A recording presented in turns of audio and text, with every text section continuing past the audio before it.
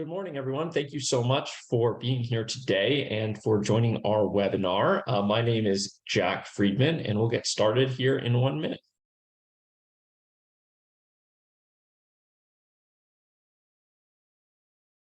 All right.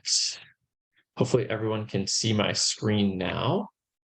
Welcome. Thank you again for joining us. We appreciate it. Today's topic is going to be focused around maximizing your EANS 1 and EANS 2 funding in Nevada.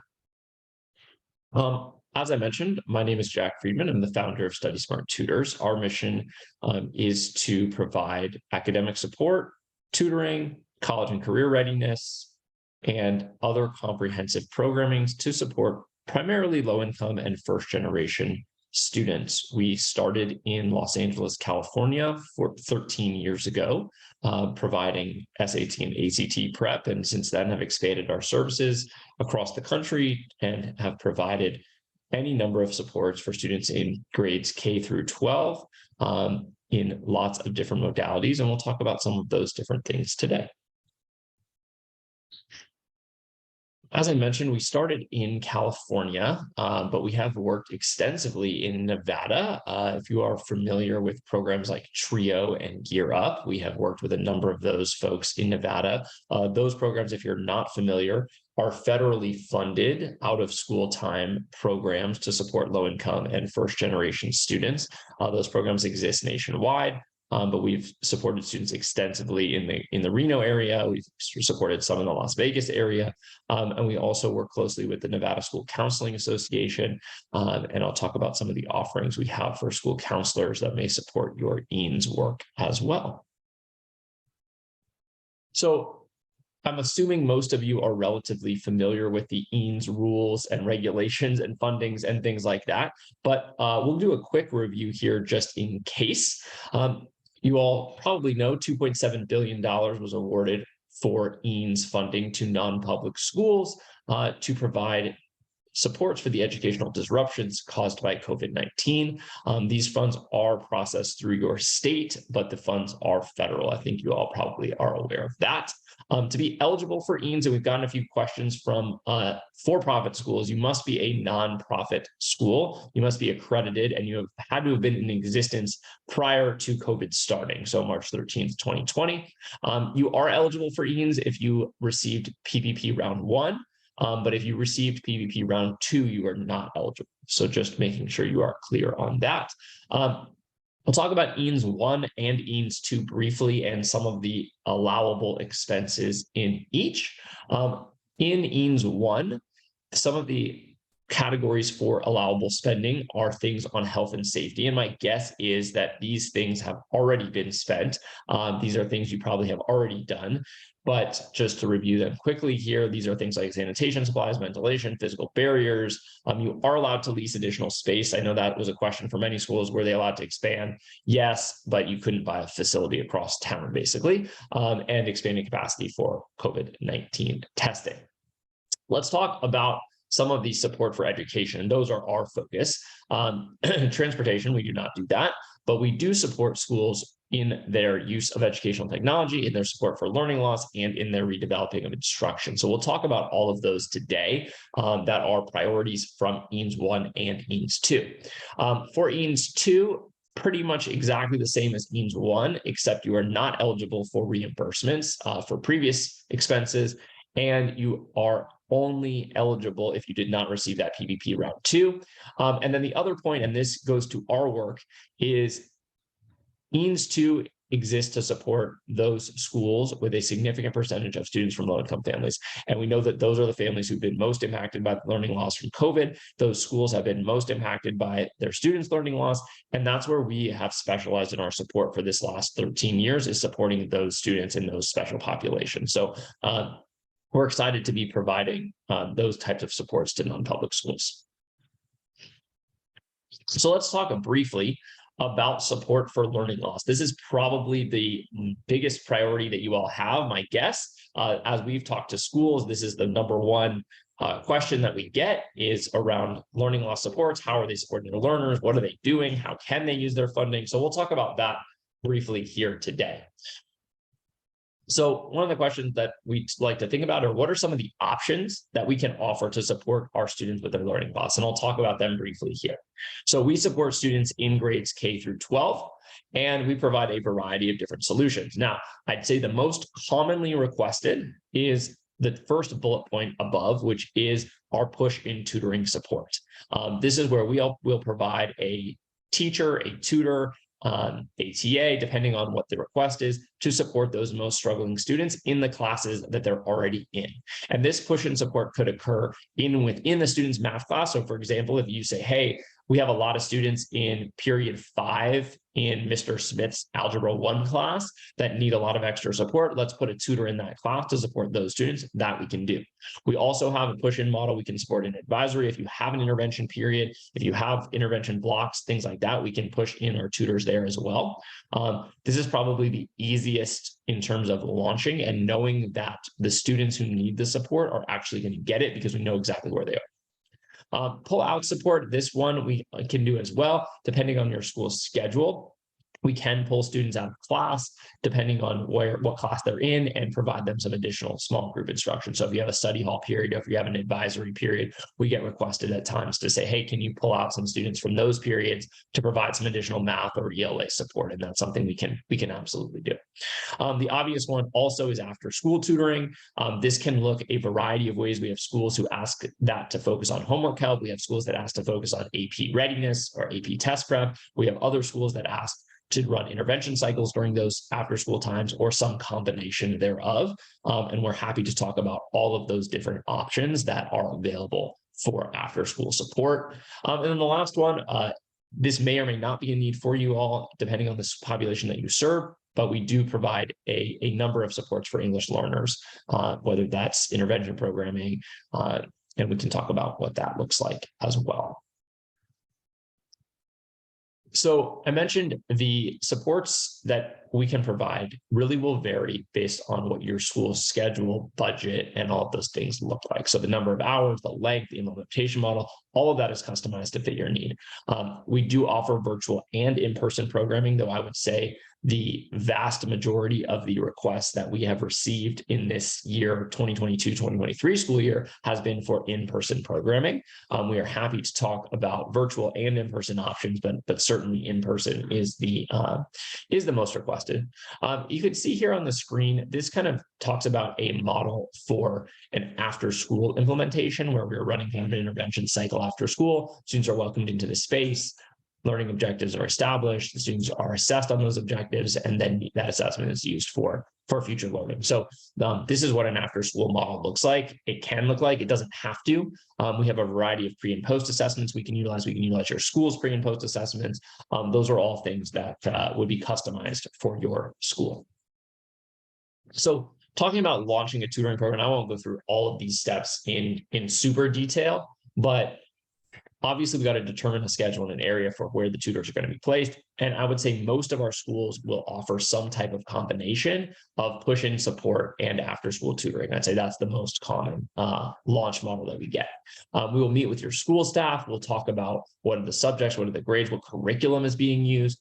We like to talk about with our partners that we are not a staffing agency. We are not a sub-staffing company. We are not providing you a body and saying, see you later. When you hire us for tutoring, you're getting our entire team. You're getting our academic support staff. You're getting our coordination staff. We will work with your teachers. We're going to get your curriculum. We're going to do all those things to really make sure that what we're doing feels a part of your greater work, not apart from your greater work. So talk about how we're going to target students, how we're going to recruit them, what that's going to look like.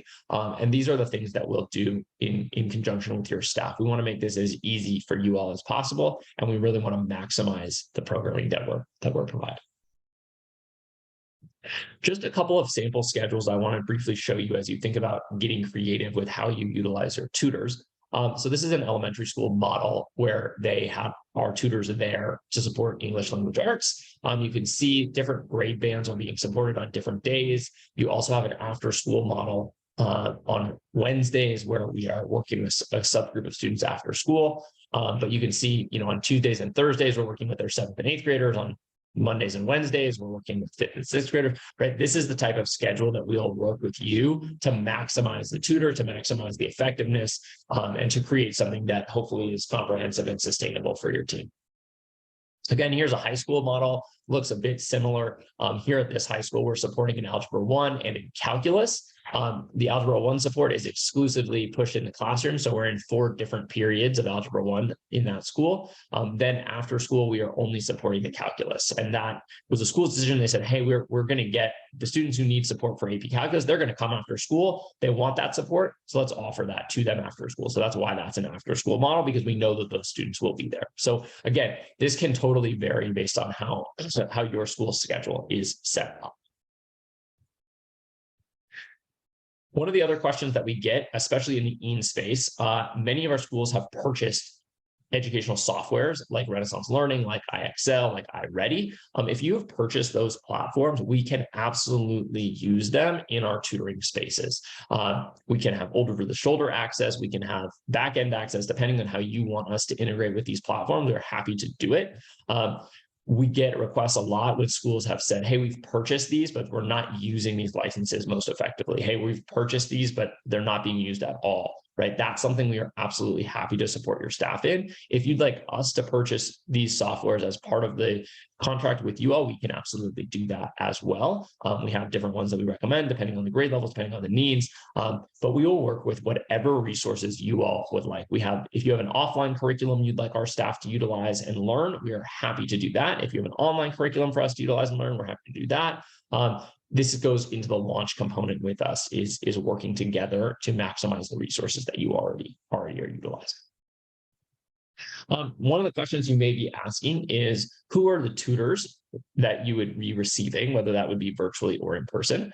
We know that you have a lot of options when it comes to tutoring and intervention companies and vendors and folks that provide these type of services. And usually they come in 2 flavors. There's usually flavor 1, which we call the kind of on-demand group. And that's your chat-based services that are available all the time, that are primarily transactional, right? Student who has a question on AP Bio, it might be midnight, they can type in their question, they can take a picture of their homework.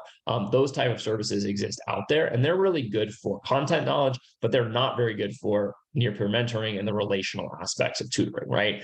And they are pretty much utilized only by your students who already are on the right track, right? Your students who are have your most social capital, that are able to access these platforms, right? So those services work great for a small subgroup of students, but they may not work for all, and they provide really good transactional relationships, but not that other type of relationship that we want for tutoring. So that's kind of flavor 1. The other flavor is utilizing college students. Near-peer mentors are great, paraprofessionals are great, but often those folks don't have the pedagogical knowledge, the subject area expertise to really support students in the academics as well as we would like them to. So those are kind of the 2 options that folks usually utilize. We try to be that in between, right? So our tutors are professionals in the field. They have bachelor's degrees. Many of them are certified teachers. They have subject area knowledge, and most specifically, we hire folks who have experience in the communities that they're going to be working in. So we're going to learn about your community. We're going to learn about your school. We're going to learn about your demographics. We're going to learn about your population. We're going to say, hey, who can we find? Who can we recruit? Who can we place that's going to be the best fit in this area, knowing all of those factors, right? So our tutors are going to provide that relational component of the near-peer mentor that the college student might offer, but also the professionalism and the subject area knowledge that some of the chat-based services provide. So we're going to try to be that in-between space of this professional educator who's also going to provide this relational support to your students. Now, one question that we get a lot, especially in the EANS space, is can we utilize our own school's teachers? And the answer is yes. We will absolutely be willing to hire your school's teachers to tutor as after-school providers for us, to work in the summer for us, to do all those different things. Those are all totally possible. You also might have part-time teachers who you could add another day to their schedule by utilizing us and your EANS funding. So that's something we can absolutely talk about. You don't have to do this, but if this is something you're interested in, please, please, please talk to us about it. So We talked about tutoring and some of the more traditional supports for learning loss. I do want to mention before we go on to the next category, some of the other learning loss supports that we offer that I would describe as more course-based. So these are things like grammar boot camps, writing labs, college admissions writing courses. Those are things we have in the reading and writing space at the middle school and the high school level. In the math space, same thing, math foundations courses. We have a coding course. And then we also have a number of what we call academic workshops. And these are standalone workshops that can be offered after school. They can be offered during the day. They can be offered in the summer. They can be offered as a course or as a standalone option. So any of those are possible. Some of the topics that we offer in that category are test taking, time management, study skills, learning styles, organizational development. We have about 60 or 70 of these topics, ranging for 6th grade all the way to 12th grade. And these can be customized to fit your needs as well, offered virtually or in person. Any of those are possible as well. So I just want to make sure we mention that in addition to some of the tutoring that we offer. So those are some of the other learning loss supports. Lastly, we also, and I didn't mention this yet, but we do get this request fairly often, is what type of supports do you offer for families? So for families, we offer a number of different workshops that can be offered synchronously or asynchronously. They can be offered virtually or in person in a variety of formats, supporting students with college, supporting the transitions to high school and the college, critical conversations. We have some other parenting topics that have been requested over the years that we're happy to share with you as well. And I do want to mention that these family workshops can be offered in either English or Spanish. If you do have a significant percentage of families who speak an additional language at home that you're interested in offering it, please talk to us. We'd be happy to see how we can make that happen for you all. But these are definitely things that can accompany the student programming, the tutoring, and the other things that we are offering. So one question we've been getting a lot recently is, what about the summer? What do you all do in the summer? How can we support learning loss in the summer? So we'll talk about briefly how you might utilize your EANS funding to support your summer programming.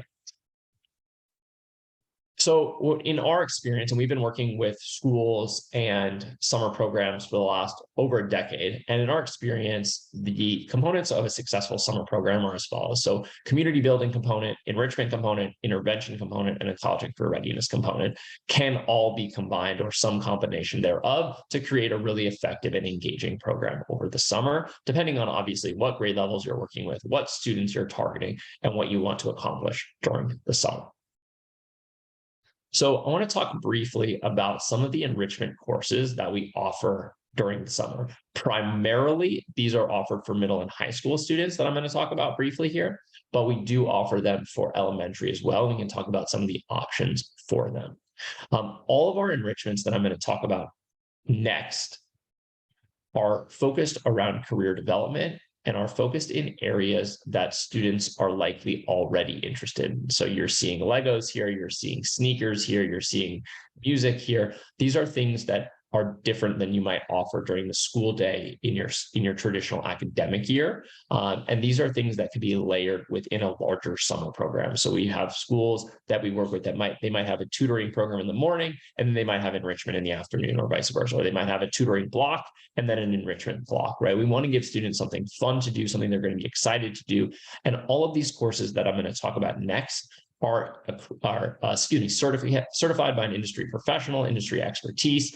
These are students that are going to go on students' resumes and are going to be helpful for them as they apply for college or think about what careers they're going to enter. So we'll talk about them briefly. Some of the most popular in the summer is our music production courses.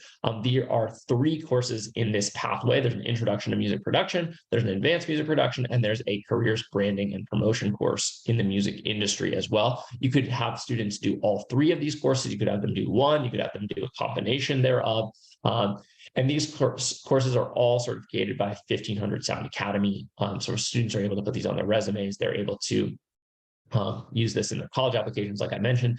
If you have a music room or music space at your school, you can absolutely use the supplies and the equipment that's there. We also designed this course for folks who don't have that supplies. They don't have that equipment, but they want to have a music program. And that was one of the biggest requests we've received is, hey, our students want to do something with music, but we don't have the budget. We don't have the supplies. We don't have the teacher. We don't have all of those things. So that's why we offered this course. And this course could be taught by one of our instructors, by one of your instructors, and that's something we could absolutely discuss. Next one that I want to briefly highlight is our Sneaker Essentials class. This is by far our most popular enrichment class in the summer, and it is what it sounds like. Students learn all about the sneaker industry, and this one has become a really big hit over the last 3 summers because it hits a variety of different disciplines that may engage students. So you're going to have many students who are interested in sneakers, but this course really hits a couple different components. So you're going to have students who are going to love the design aspect of sneakers, and we have a part of this course that focuses on design.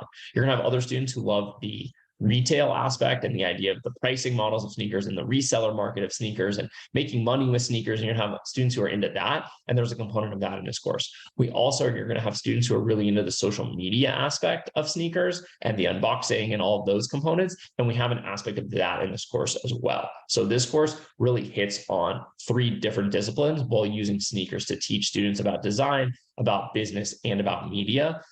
This course would highly recommend for your high school students. Can be done as early as 7th or 8th grade, but definitely is a rigorous course and really would be great for your high school students. Next one, and this one could also fall into the learning loss category as well, because this is a math course disguised as an esports course, I guess would be the best way to say it.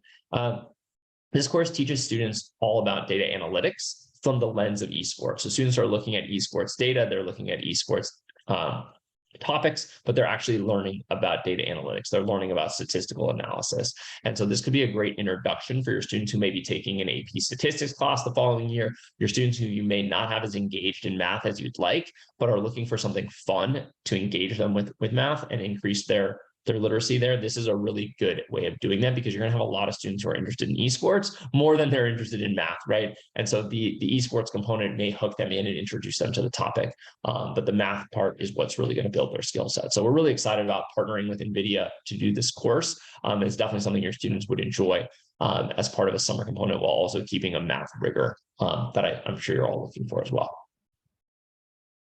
I think this is the last one we'll highlight here. We have more courses as well, but this is our course celebrating the influence of African culture on fashion, on science, and on art. This course, again, is certificated by Traub. They're a leader in the fashion space. We partnered with a fashion designer named Hugo Mosier to develop this course, to bring this course to students. This course will teach students all about the many influences of African culture that they may or may not be aware of. They'll get their opportunity to create their own designs based on what they've learned.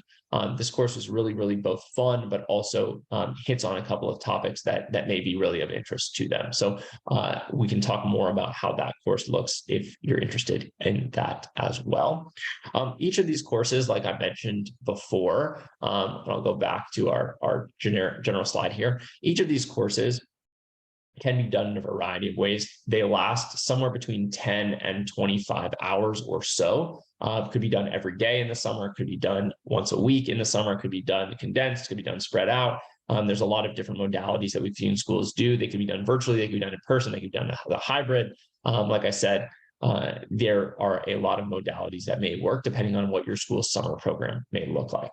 The one that I didn't mention here, I just want to briefly go back to, is the picture of the Lego on the bottom left of the screen. This is our introduction to Lego engineering. It is what it sounds like. It teaches students an introduction to structural engineering is what it focuses on. And we built this course initially for elementary school students to engage them with some STEM learning, but we found that this course is popular with the middle school and with the high school as well. There's, I guess, a reason why Legos have been so popular for so long is that they're fun for all ages, but students will learn how to build things like cranes, elevators, carousels, and the structural engineering principles behind those. This is a great course to get students hands-on during the summer. Classes can be, again, virtually or done in person. Students will get their own Lego kits.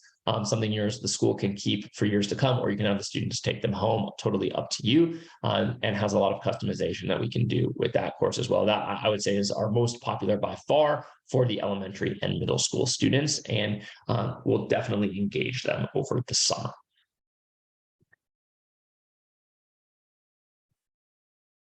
Lastly, I want to talk about the redeveloping instruction category that we do offer supports in. We have two types of professional development that we offer. We have our first category, which is on the left. That is our live PD that we can do for your school staff, for your counselors, for your teachers, for your paraprofessionals. We have topics such as hybrid learning, cultural competency, trauma-informed practices, guiding students through setbacks. Those are some of the most popular ones we've been asked to conduct over the kind of post-COVID wave here, as we get back into supporting our students in person. Those are kind of the most popular ones, but we have a number of other topics as well. Those can be done live in person. They can be done as a retreat at the beginning of the school year. They can be done in a short block. If you have a PD block once a week or once a month, they can be done there as well. We also have a number of accredited online professional development courses. And if your school is a member of the Nevada School Counselors Association, if your counselors are members of those or associations, you may have seen some of these already. But we have a couple of different course pathways that I want to just briefly outline.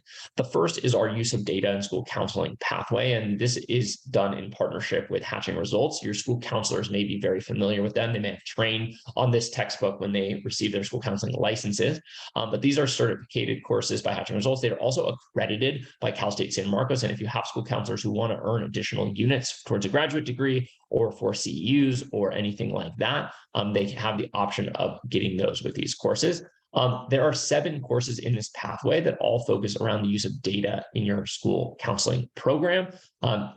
Courses focus on tier 2 interventions, focuses on tier 1 interventions, courses focus on system change, time management for school counselors, all the above. These can be really great for your counselors to be doing as a group, but they can also be done if you have an individual school counselor who's interested in taking one of these courses on his or her own. That's totally an option as well. We can talk about a variety of implementations that are possible with these courses, both being done synchronously or asynchronously. And then the second pathway of professional development online is our post-secondary readiness for middle school. And again, that is what it sounds like. These are for your middle school counselors, and really not just your counselors at the middle schools, but these could be anyone on your support team. So if you have college advisors at the middle school, if you have paraprofessionals supporting at your middle schools, depending on what you all have, these courses could apply to them. But really the goal of this course pathway, and there's 3 courses here, the real goal of this pathway is to provide tools and resources to support students on the journey to post-secondary readiness at the 6th, 7th, and 8th grade levels. What we have heard in our experience in this space is folks at the middle school, they want to do more work in post-secondary. They want to provide more supports in the post-secondary space, but they don't have the time, they don't have the budget, they don't have the resources. And so that's why we build these courses, to be low cost, to be resource heavy, so that your folks at the middle school level have tools and resources to do that work without having to create a bunch of new stuff on their own or find the space to do it. So that's why we built these courses. And even honestly, I think if you have folks at the 5th grade level and you're interested in these types of things, I think these courses could apply there as well. And last thing I want to say, I mentioned it briefly, all of the supports that we offer are really in conjunction with our team and yours. We do not have a one-size-fits-all approach. Our instruction team, our academic services team, our technology team, our coordination team, we're going to be working with you all side by side to implement whatever programs that are of your interest, right? If it's tutoring, if it's courses, if it's family programming, if it's professional development, all of these things will be planned in conjunction with your staff, understanding your needs, really understanding what's going to be best for you and how to maximize the EANS dollars, right? Because we know that this funding is expiring. We want to provide things that are going to be sustainable, that are going to create lasting change in your school. And that's really what our team is here to do. So, thank you all so much for being here today. Very grateful for the opportunity to present to you. We'll send out this PowerPoint as well as some of the resources to you all. And we really appreciate the time today. And we look forward to being in touch. Thanks so much.